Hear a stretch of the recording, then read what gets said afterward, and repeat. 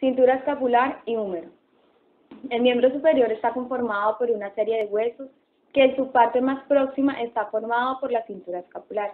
Luego tenemos el brazo, que está formado por el húmero, el antebrazo conformado por el radio y el cúbito, y por último la mano conformado por carpos, metacarpos y falanges. Pero en este video nos vamos a enfocar en cintura escapular y húmero. La cintura escapular comprende los huesos clavícula y escápula. La clavícula conecta el miembro superior al tronco. Tiene una apariencia de una S mayúscula alargada. En ella se diferencian dos caras, una superior y una inferior, dos bordes, un borde anterior y un borde posterior, y uno por último, dos extremos, un extremo external y un extremo acromial. En la cara superior se insertan los músculos trapecio, deltoides, esternocleidomastoideo y pectoral mayor. En la cara inferior se encuentra el canal subclavio o surco del músculo subclavio, donde se inserta el músculo subclavio. En el extremo acromial se encuentra un tubérculo conoideo. En esta extremidad se encuentra la línea trapezoidea y el surco del subclavio en el tercio medial del cuerpo de la clavícula, y medialmente se encuentra la impresión del ligamento costoclavicular, donde se inserta el ligamento que une la primera costilla a la clavícula. Escápula. La escápula es un hueso triangular plano que se encuentra en la cara posterolateral del tórax y descansa desde la segunda costilla hasta la séptima. La escápula presenta tres bordes, un borde superior o cervical, un borde lateral y un borde medial. Se diferencia dos caras, una cara anterior y una cara posterior. Además, se diferencian tres ángulos, un ángulo superior, un ángulo inferior y un ángulo lateral. Del borde medial de la escápula a la columna vertebral hay alrededor de unos 5 centímetros y de escápula a escápula hay alrededor de 15 a 10 centímetros. En la cara anterior de la escápula se encuentra la fosa subescapular, que forma la inserción del músculo subescapular y el serrato mayor. Superolateralmente se encuentra la cavidad glenoidea, que corresponde a la cabeza del húmero. Por encima de la cavidad glenoidea se halla el tubérculo supraglenoideo, donde se inserta la porción larga del bíceps braquial, y por debajo de la cavidad glenoidea se encuentra el tubérculo infraglenoideo, donde se inserta la porción larga del tríceps braquial.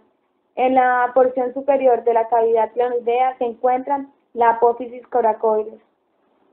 En la cara posterior de la escápula se encuentra la espina de la escápula, y la continuación de esta lateralmente se encuentra el acromión.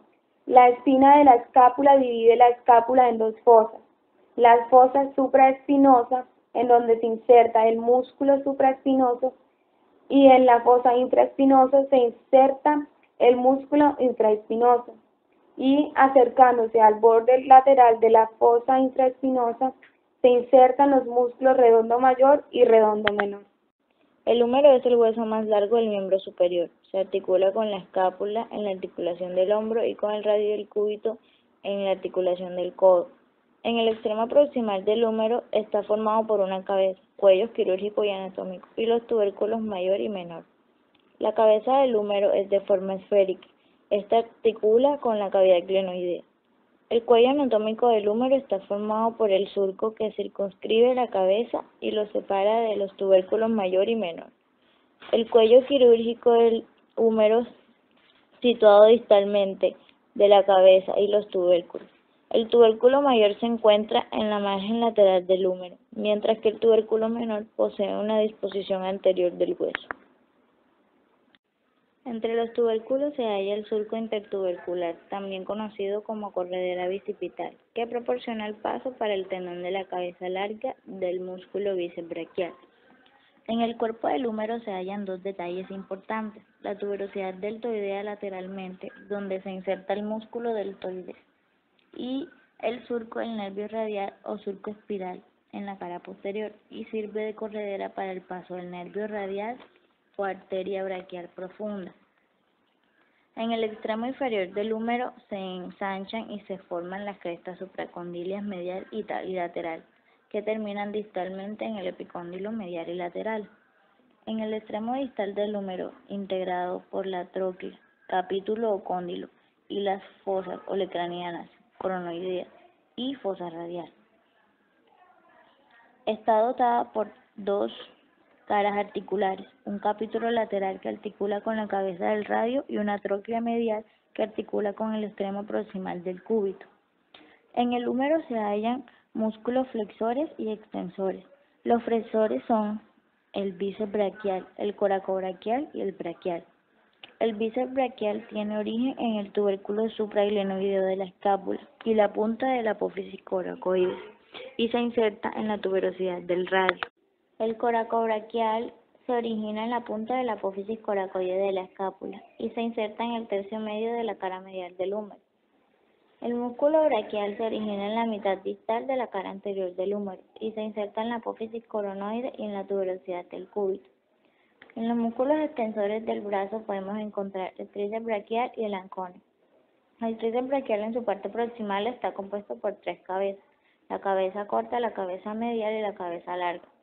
La cabeza corta se origina en el tubérculo infraglenoideo de la escápula. La cabeza media se origina en la parte posterior del húmero, superior al surco del nervio radial. Y la cabeza larga se origina en la parte posterior del húmero, inferior al surco del nervio radial. Estos se insertan en el extremo proximal del olecranón, del cúbito y en la fascia del antebrazo. Por otra parte, el músculo anconio se origina en el epicóndilo lateral del húmero y se inserta en la cara lateral del olecranón y en la parte superior de la cara posterior del cúbito. Hay diferentes articulaciones en la cintura escapular y el húmero. Entre ellas están la articulación esternoclavicular. Esta articulación es sinovial en silla de montar. La estabilidad de esta depende del ligamento esternoclavicular, costoclavicular y el ligamento interclavicular. Otra articulación es la articulación acromioclavicular. Es una articulación sinovial plana. Los ligamentos que la conforman son el ligamento acromioclavicular y el ligamento coracoclavicular. Este ligamento se divide en dos: un ligamento conoideo y un ligamento trapezoideo. Por último tenemos la articulación del hombro o glenohumeral. Esta articulación es sinovial y es de tipo esferoideo. Permite una amplia variedad de movimientos. Los ligamentos que refuerzan esta articulación son ligamento glenohumeral, ligamento coracohumeral y ligamento transverso del húmero. Entre la cintura escapular y el húmero se hallan unas bursas o bolsas sinoviales llenas de líquido sinovial que impiden la fricción entre los huesos, dándoles movilidad. Las bursas que se encuentran en la cintura escapular y el húmero son la bursa subacromial o subdeltoidea, la bursa subescapular, la bursa subcoracoide, la bursa coracoclavicular, la bursa supraacromial y la bursa subescapular. También tenemos el manguito rotador. El manguito rotador está compuesto por cuatro músculos, que son el supraespinoso, el infraespinoso, el redondo menor y el subescapular. El supraespinoso da la abducción del brazo.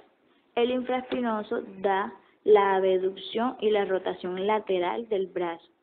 El redondo menor da la rotación lateral y aducción del brazo.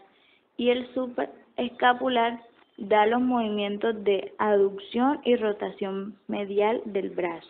Los músculos del manguito rotador le proporcionan al hombre estabilidad.